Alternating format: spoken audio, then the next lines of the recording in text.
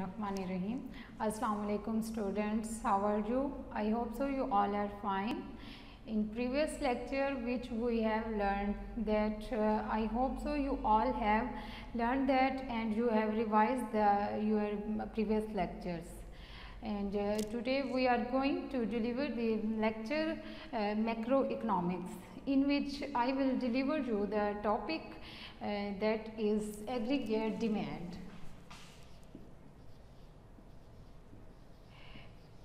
You all of know that what is the mean of demand, what is the demand, aggregate demand. Before delivering the topic of aggregate demand, first of all we will study about the demand, study or revise the demand. What is the demand? Only demand, we are discussing about the demand. Okay, what is demand? Demand is the fulfilling satisfaction or is the purchasing power from any customer or consumer. कोई भी customer कोई भी demand करना चाह रहा है, demand तभी करेगा जब उसकी पॉकेट में पैसे होंगे. अगर कोई बंदा इस तरह से डिमांड करना चाह रहा है कि उसकी पॉकेट में पैसे नहीं हैं और वो चाह रहा है कि फ़लाँ चीज़ को परचेज़ कर ले, that is not possible and that is not a demand, that is called the wish. वो उसकी अपनी विश होती है और वो डिमांड नहीं है. डिमांड की तभी हम बात करेंगे जब हमारे पास पॉकेट में पैसे हैं. So it means that demand is the कोई भी इसमें चीज़ ले लें दैट कोई परचेजिंग पावर भी आपके पास होनी चाहिए. Demand is the purchasing power and wish to purchasing any good or services. यानी कि ये डिमांड वो होती है कि आप विश कर रहे हैं कोई भी चीज़ परचेज़ करने की और आप उसकी परचेजिंग पावर भी रखते हैं. Okay, demand is clear. इससे मुतालिक हम लोग काफ़ी ज़्यादा डायग्राम्स भी बना चुके हैं और इसमें डिमांड की इलास्टिसिटी की बात भी कर चुके हैं और इसके यूनिट्स पर भी बात कर चुके हैं कि डिमांड यूनिट से ग्रेटर है, लेस है या फिर उसके इक्वल है. यानी कि जिसमें हमने बात की थी इकाई से ज़्यादा, इकाई के बराबर या फिर इकाई से कम डिमांड. ये सारा हम डिमांड के टॉपिक को पढ़ चुके हैं. ओके, ये कोई उससे अलहदा चीज़ नहीं है, वो हमने बात की थी इंडिविजुअल लेवल पर. Now we are going to study about the aggregate level. Aggregate mean that जब हम एक लेवल पर बात करेंगे as a whole Pakistan economy, aggregate level पे हम इसकी बात कर रहे हैं कि एग्रीगेट लेवल पर हमारे पास डिमांड जब होगी तो वो कितनी है, कैसे मेजर करनी है और उसको अफेक्ट करने वाले जो भी हैं फैक्टर्स हैं वो कौन कौन से हैं. अब इसमें फर्स्ट ऑफ ऑल हम बात कर रहे हैं एग्रीगेट डिमांड की, तो वही कर्व आ जाएगा जो हमने इंडिविजुअली बात की थी जिस पर, यानी कि यहाँ पर हमारे पास प्राइसेस आ गई थी and here we have put it the output level. जब यहाँ पर प्राइसेस जैसे जैसे इंक्रीज होती जाएगी तो आउटपुट लेवल क्या होता जाएगा, यही बात हुई थी ना. देखें, जब यहाँ से प्राइस इंक्रीज होकर फॉर एग्जांपल 2% से इंक्रीज हो गई है, यहाँ पर आ जाए जी ये 4% हो गई है. तो यहाँ एग्रीगेट लेवल जब 2% थी तब फॉर एग्जांपल था जी ये 10% तक, और after increasing the price aggregate level will decreased. Purchasing power भी तो कम हो जाती है ना हमारे पास जब एक चीज़ की पर यूनिट इंक्रीज हो जाता है. तो यहाँ पर हमारे पास एग्रीगेट लेवल बढ़ जाएगा. एग्रीगेट लेवल पर प्राइसेस बढ़ जाएंगी तो डिमांड जो है as a whole aggregate level पर यहाँ डिक्रीज कर जाएगी. यानी कि बिल्कुल वैसे ही जैसे हमने डिमांड के कर्व को शो किया था वैसे ही हमारे पास यहाँ पर आ जाता है एग्रीगेट डिमांड का curve. This is the curve of the aggregate demand. That all of you know that what is demand and what is the aggregate demand. वही चीज़ उसमें आ जाएगी और वही चीज़ उसमें एग्रीगेट लेवल पर. ठीक है. अच्छा, अब यहाँ पर हम बात करने जा रहे हैं एग्रीगेट डिमांड को हम शो करेंगे कुछ कंपोनेंट्स के through. For example, we are showing the aggregate demand as output or Y is equal to aggregate level पर डिमांड के कौन कौन से कंपोनेंट हैं जो इसको शो करेंगे, जो एग्रीगेट डिमांड को मेजर करेंगे. One is the consumption, other is investment and other is the government and another is the net exports mean exports minus imports.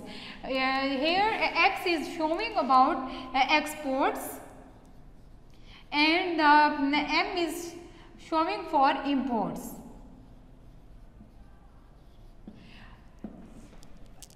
इसको हम कहते हैं net export. It is called net exports.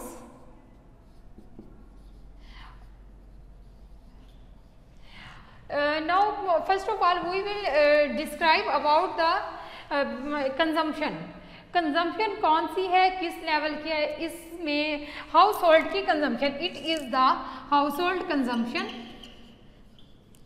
House holds consume करते हैं, कोई भी चीज़ purchase करना चाह रहे हैं. उसमें अभी हमने इसमें एग्रीगेट डिमांड में बात की है कि प्राइसेस जैसे जैसे इंक्रीज़ हो जाती हैं तो डिमांड वहाँ पर डिक्रीज़ कर जाती है. और इसमें कंजम्पशन में हम एक फैक्टर को देखते हैं, that is real balances. Real balances में अगर हम ये बात करें कि रियल बैलेंसेस ये होते हैं कि हमारे पास जो बैलेंस है इन आवर पॉकेट्स वो नॉमिनल तब होगा जब हम उसको मेजर करते हैं पैसों की शक्ल में. और जब हम उसको मेजर करेंगे इन टर्म ऑफ गुड्स और नंबर ऑफ गुड्स और सर्विसेज, उनके नंबर्स की शक्ल में, तो वो हमारे पास रियल बैलेंस होगा. फॉर एग्जांपल हम लोग बात करते हैं कि इन्फ्लेशन जब बढ़ जाती है, इन्फ्लेशन इंक्रीज कर गई है यानी कि प्राइसेस इंक्रीज कर जाती हैं, तो उस टाइम हमारे पास रियल बैलेंसेस का क्या फैक्ट होता है. जैसे इकोनॉमी में प्राइसेस इंक्रीज कर जाती हैं ऑब्वियसली उसकी डिमांड डिक्रीज कर जाती है. और इसमें अगर हम बात करते हैं रियल स्पेंडिंग की तो इसकी यूँ प्राइसेस जैसे इंक्रीज कर गई हैं, वैल्यू अब जो पैसे की वैल्यू है ना वो डिक्रीज कर गई है, यानी कि मनी वैल्यू डिक्रीज कर गई है. जब मनी की वैल्यू डिक्रीज कर जाती है तब हम क्या करते हैं, जब पैसे की अहमियत ही ज़्यादा नहीं होती तभी नहीं होती जब प्राइसेस बढ़ जाती हैं. फॉर एग्जांपल कोई एक वहाँ बात कर ले एप्पल की, पहले वो मिल रहे थे 100 रुपीज़ पर केजी, लेकिन अब वो मिल रहे हैं 200 रुपीज़ पर केजी. अब पैसे की उतनी अहमियत नहीं रहेगी जितनी 100 रुपीज़ पर थी, अब उसकी जो वैल्यू है वो डिक्रीज़ कर गई है जैसे जैसे प्राइस इंक्रीज़ कर गई है. तो आप लोगों ने ये बात याद रखनी है कि प्राइस इंक्रीज़ करते ही इकोनॉमी में मनी की वैल्यू डिक्रीज़ कर जाती है. ये बहुत इंपॉर्टेंट लाइन है, इसे आप अपने माइंड में बिठा लें कि ये बड़ी इंपॉर्टेंट सी लाइन है. जैसे प्राइसेस इंक्रीज कर गई है मनी की वैल्यू डिक्रीज कर गई है. अब ये देख लें, ये जो मैंने मनी वैल्यू की बात की है ना, ये हमारे माइंड में एक कंसेप्ट है. प्राइसेस थी नॉमिनल, लेकिन जब मैंने बात की मनी की वैल्यू की, इसको अब हम कहेंगे कि रियल बैलेंसेस. यहाँ पर हमारे पास ये डिक्रीज कर गए हैं तो ऑब्वियसली हम लोग परचेजिंग पावर अब हमारी कम हो जाएगी और अब हम डिमांड बहुत ज़्यादा कम करेंगे. अच्छा, इसका ये मतलब हुआ कि जैसे कंजम्पशन उस टाइम ज़्यादा होती है जब किसी की भी इनकम ज़्यादा होती है, किसी भी कस्टमर की, कंज्यूमर की, परचेज़र की या फिर बायर की इनकम जब ज़्यादा होती है तो उसके पास परचेजिंग पावर ज़्यादा होती है, उस टाइम वो कंजम्पशन ज़्यादा करता है. और ये चीज़ जो है एग्रीगेट डिमांड का फर्स्ट कंपोनेंट उसको शो कर रहा है कि डिमांड कैसी है और कंजम्पशन के ज़रिए से डिमांड कैसे चेंज होती है. एंड अब हम इसके अदर फैक्टर को डिस्कस करते हैं, that is the investment. Investment में हम लोग इस चीज़ टॉपिक पर देखेंगे कि ये इन्वेस्टमेंट कौन सी है. इसमें हम प्राइवेट इन्वेस्टमेंट की बात करेंगे और इसके बाद हम बात करेंगे गवर्नमेंट वाली इन्वेस्टमेंट की. अच्छा, ये वो इन्वेस्टमेंट है जो प्राइवेट लेवल पर होती है. अच्छा, इन्वेस्टमेंट में अब हमारे पास 4 फैक्टर्स आते हैं. फर्स्ट फैक्टर इसमें जो आता है वो हमारे पास आता है कि कॉन्फिडेंस ले लें कि किसी भी कंज्यूमर का कॉन्फिडेंस लेवल किसी भी बायर का, कंज्यूमर का या फिर प्रोडक्शन वाले का. यहाँ पर बात करें इन्वेस्टमेंट की तो हम कॉन्फिडेंस लेवल अब किसका यहाँ पर देखेंगे, किसी भी बिजनेसमैन का इन्वेस्टमेंट लेवल देख लेते हैं कि कॉन्फिडेंस लेवल. ऑब्वियसली जैसे जैसे कॉन्फिडेंस लेवल ज़्यादा होगा, जब किसी को खुद पर एतमाद ज़्यादा रहेगा, कॉन्फिडेंस होगा कि मैं फ़लाँ बिजनेस कर सकता हूँ और मैं करूँगा. ज़रा आप अपने इर्द गिर्द के माहौल पर नज़र डालें. फॉर एग्ज़ाम्पल आपके घर में कोई बंदा बिजनेस करना चाह रहा है, आपके बड़े भाई करना चाह रहे हैं, तो ये सारा उसके कॉन्फिडेंस लेवल पे भी लाजमी डिपेंड करेगा कि उनका कॉन्फिडेंस लेवल कैसा है। अगर कॉन्फिडेंस लेवल कम होगा तो बिजनेस को कंटिन्यू नहीं करेगा, कॉन्फिडेंस लेवल ज़्यादा होगा, इन्वेस्टमेंट तब जाकर ज़्यादा होगी, और जब इन्वेस्टमेंट ज़्यादा होगी तब प्रोडक्शन इंक्रीज हो जाएगी, जब प्रोडक्शन इंक्रीज होगी ऑब्वियसली सप्लाई इंक्रीज हो जाएगी, जब सप्लाई इंक्रीज होगी तो उसकी डिमांड क्रिएट हो जाएगी, और जब डिमांड क्रिएट हो जाएगी फिर हम इसको लिंक कर लेते हैं एग्रीगेट डिमांड के साथ कि इन्वेस्टमेंट के साथ एग्रीगेट डिमांड का क्या ताल्लुक है। ओके, यहाँ पर एक अदर फैक्टर की हम बात करते हैं, दूसरा है इंटरेस्ट रेट। इंटरेस्ट रेट में अब ये चीज़ आप सबको क्लियर होनी चाहिए कि जैसे जैसे इंटरेस्ट रेट बढ़ता है वैसे वैसे उसके जो है वहाँ से लोन्स लेना हमने बैंक से वो हमारा वैसे वैसे डिक्रीज़ कर जाता है, और यूँ डिमांड जो है लोन्स की, इंटरेस्ट रेट अब यहाँ पर हमें किस टाइप की डिमांड शो कर रहा है, लोन्स की डिमांड की ये बात कर रहा है कि यहाँ पर जो लोन्स की डिमांड है वो डिक्रीज़ कर जाएगी, इंटरेस्ट रेट जैसे जैसे इंक्रीज़ करेगा। हम इसको एक कर्व के ज़रिए से शो करते हैं यहाँ पर।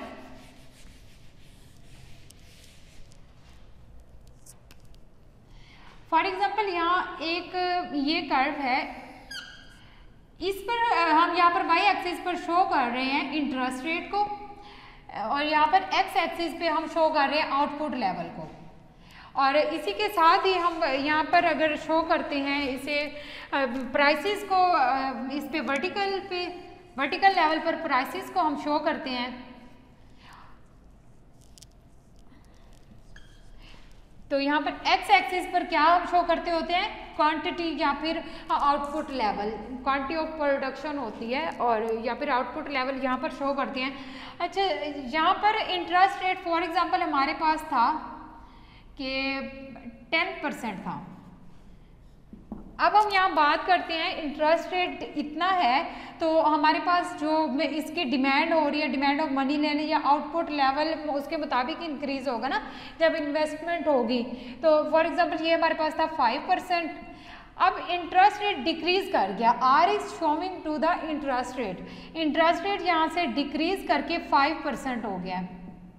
5% जैसे ही होगा यहाँ से इंक्रीज कर जाएगा इन्वेस्टमेंट लेवल। कैसे इंक्रीज करेगा, इंटरेस्ट रेट डिक्रीज हो गया है, लोगों ने बैंक से लोन लेना स्टार्ट कर दिए हैं क्योंकि अब लोन पहले से कम रेट पर हो गया है, और यहाँ पर उनका समझ लीजिए ये हो गया 15% हो गया। और जैसे ही अब हम प्राइस की बात करते हैं कि प्राइस जब थी 10% तब हमारे पास डिमांड कितनी हो रही थी, इसको लिंक करते जाइएगा 5%। ओके, अब प्राइसेस डिक्रीज कर गई हैं, ऑब्वियसली डिमांड इंक्रीज कर गई है, डिमांड 15% पर चली गई है, यहाँ पर ये समझ लें 5% नीचे डिक्रीज कर गई है प्राइसेस, इसको यहाँ पर हम इससे लिंक करते हैं, यानी कि ये जो हमारा एग्रीगेट डिमांड लेवल है ये इंटरेस्ट रेट से इस तरह से लिंक्ड है जैसे यहाँ पर शो हो रहा है। ये एग्रीगेट डिमांड लेवल हमारे पास इसका कर्व आ जाएगा। ओके, ये तो था इसका अब इंटरेस्ट रेट के थ्रू, और इसके बाद आगे हम बात करते हैं कि ये जो इंटरेस्ट रेट है ना इसमें इन्वेस्टमेंट में सबसे इम्पोर्टेंट टॉपिक यही है, इसका इंटरेस्ट रेट का ही है। अदर है कि हमारे पास लगा लें इन्वेस्टमेंट पॉलिसी भी तो मैटर करती है ना। फॉर एग्जांपल इन्वेस्टमेंट पॉलिसी के थ्रू ये चीज़ क्लियर कर दी जाती है कि आपने जी इतने साल में इतनी प्रोडक्शन करनी है, एक रेट तय कर लिया जाता है कि एक साल में जो है वीट की प्रोडक्शन जो है फलां इतनी ज़्यादा मन होनी चाहिए, तो 1 करोड़ मन होनी चाहिए या फिर 2 करोड़ मन होनी चाहिए। इस तरह से वो एक इन्वेस्टमेंट की पॉलिसी बन जाती है। यहाँ पर हम थर्ड पे पुट कर लें इन्वेस्टमेंट पॉलिसी। और थर्ड जो हमारे पास एक और इम्पोर्टेंट फैक्टर आता है that is national income. It is investment policy and this is national income and I showing national income। बिल्कुल क्लियर हो रहा है कि नेशनल इनकम अगर किसी भी कंट्री की इंक्रीज कर जाएगी तो उसका एग्रीगेट डिमांड का जो कर्व है वो राइटवर्ड शिफ्ट कर जाएगा। ये फैक्टर कैसे अफेक्ट करता है, यहाँ पर हम इसको यहाँ से शो करते हैं कि जैसे यहाँ पर इसकी नेशनल इनकम को हम शो कर लें, यानी कि नेशनल इनकम जैसे जैसे यहाँ इंक्रीज करती जाएगी वैसे वैसे प्राइसेस जो हैं वो डिक्रीज करेंगी। नेशनल इनकम जब बढ़ जाती है गवर्नमेंट टैक्सेस की या सब्सिडी टैक्सेस को डिक्रीज करती है और सब्सिडीज इंक्रीज कर देती है। यानी कि सब्सिडीज ये चीज़ होती है जैसे यूटिलिटी स्टोर्स बनाती है और उनको वो अपनी तरफ से एक रियायत देती है और उस सब्सिडी को देखते हुए वो लोग आगे चीज़ को उतना ही सस्ता देते हैं। यहाँ पर प्राइस को अगर हम शो करते हैं कि नेशनल इनकम हमारे पास इंक्रीज कर गई है तो प्राइसेस जो थी वो 10% से 5% डिक्रीज कर गई हैं। यहाँ पर पहले हमारे पास एग्रीगेट डिमांड लेवल ये शो हो रहा था और अब उसी 10% पे देखिए, उसी 10 पर जहाँ प्राइसेस 10 थी अब वहाँ पर हमारे पास गवर्नमेंट ने क्या किया है, सब्सिडी दे दी है फॉर एग्जांपल। तो यहाँ पर अब ये प्राइसेस जो हैं उनके पास यूटिलिटी स्टोर्स के पास तो इंक्रीज हो गई, उन्हें गवर्नमेंट की तरफ से मिल गया है। यहाँ पर यही चीज़ आगे यहाँ शिफ्ट हो जाएगी और ये वाला जो 5% का लेवल है ये आगे यहाँ शिफ्ट हो जाएगा। तो इसका मतलब ये हुआ कि यहाँ पर हमारे पास एग्रीगेट डिमांड जो है वो शिफ्ट हो गया राइटवर्ड। किसी भी कंट्री की जब नेशनल इनकम इंक्रीज होती है तो उसका एग्रीगेट डिमांड कर्व भी आगे राइटवर्ड की तरफ शिफ्ट हो जाता है। Okay, next is the government spendings. अब उसको भी हम यहाँ पर इसी से लिंक करते हैं। मैंने यहाँ पर शो किया था इनकम में y is equal to C plus I plus G plus net exports, यानी एक्सपोर्ट माइनस इम्पोर्ट्स। इसमें जो गवर्नमेंट की स्पेंडिंग्स हैं उसको मैंने अभी यहाँ पर जो डिस्क्राइब किया उसके साथ लिंक कर लें कि गवर्नमेंट की स्पेंडिंग इंक्रीज हो जाती है किसी भी कंट्री में तो उसका एग्रीगेट डिमांड लेवल इंक्रीज कर जाता है। और नेट एक्सपोर्ट पर हम ये बात करेंगे कि जब एक्सपोर्ट्स इंक्रीज कर जाएंगी, देखें यहाँ पर फॉर एग्जांपल इंपोर्ट्स हमारे पास 10 है, एक्सपोर्ट्स हमारे पास 20 हैं। जैसे ही एक्सपोर्ट्स इंक्रीज करते हैं इससे 20 से 30 माइनस 10, ये यहाँ पे नेट एक्सपोर्ट कितना था, 10 था, एक्सपोर्ट्स इंक्रीज कर गए हैं तो अब कितना है, 20 है। अब ये एक्सपोर्ट्स कैसे इंक्रीज करेंगी, ये इस तरह से इंक्रीज करेंगी कि अगर हमारे कंट्री में प्राइसेस डिक्रीज कर जाती हैं तो बाहर वालों के लिए वो चीज़ सस्ती हो जाएगी ना। प्राइसेस डिक्रीज कर गए वो अट्रैक्ट होंगे फॉरेनर्स, और जो भी फॉरेनर्स होंगे वो हमसे हमारे कंट्री से परचेजिंग करना पसंद करेंगे और इस तरह से एग्रीगेट लेवल जो है हमारा इंक्रीज कर जाएगा और नेट एक्सपोर्ट्स जो हैं वो पॉजिटिव इफेक्ट इस पर शो करेंगे। जब बात करते हैं इंपोर्ट्स की, अगर इंपोर्ट्स इंक्रीज हो जाएंगी और एक्सपोर्ट्स डिक्रीज कर जाएंगी तो ये नेगेटिव इम्पैक्ट आएगा। इंपोर्ट्स उस सूरत में इंक्रीज होती हैं जब हमारे या किसी भी कंट्री की बात करते हैं उस कंट्री की प्राइसेस इंक्रीज कर जाती हैं तो लोग बाहर की तरफ अट्रैक्ट हो जाते हैं और बाहर से लेना पसंद करते हैं। फॉर एग्जांपल अभी ये iPhone X की आप बात कर लें तो इसमें कह रहे थे कि iPhone जो 11 Pro है बाहर से ये मिल रहा है जी 1 लाख फॉर एग्जांपल 1,50,000 का, लेकिन यहाँ तक आते आते ये 3 लाख हो गया। कैसे हुआ है, वो बीच में टैक्सेस और करेंसी चेंजेस वगैरह ये सारी चीज़ें हुई हैं तो इसका मतलब वो बाहर सस्ता था तो लोग बाहर की तरफ अट्रैक्ट हुए। इसी तरह से जो चीज़ हमारे कंट्री में सस्ती होगी लोग यहाँ अट्रैक्ट होंगे। तो ये चीज़ अब मैटर करती है इसमें कि आपकी नेट एक्सपोर्ट्स पॉजिटिव इम्पैक्ट दे रही हैं या फिर नेगेटिव इम्पैक्ट दे रही हैं। Today I have delivered to you the aggregate demand curve. आज तक के लिए इतना ही काफ़ी है। इंशाल्लाह नेक्स्ट लेक्चर में मिलते हैं नेक्स्ट टॉपिक के साथ, और ये साथ के साथ करते रहिएगा ताकि आप लोगों को अपने पेपरों में आसानी रहे और ऐसा ना हो कि बाद में आपको कोई मुश्किल पेश आए या फिर कोई भी। और अगर आप कोई क्वेश्चन करना चाह रहे हो या आपके जहन में ऐसा कोई क्वेश्चन आ रहा हो कि हम कैसे कर सकते हैं कि हमें समझ नहीं आ रहा है ये वो, तो उसके लिए मैं नेक्स्ट लेक्चर में आपके साथ अपना कॉन्टैक्ट शेयर कर लूँगी और आप लोग मुझसे मज़ीद भी हेल्प आउट ले सकते हैं। उसके लिए कंडीशन तो यही है ना कि साथ के साथ अपने टॉपिक्स को कवर करते रहें। ओके, आज के लिए इतना ही है, तब तक नेक्स्ट लेक्चर में जाके मिलेंगे, तब तक के लिए अल्लाह हाफिज़।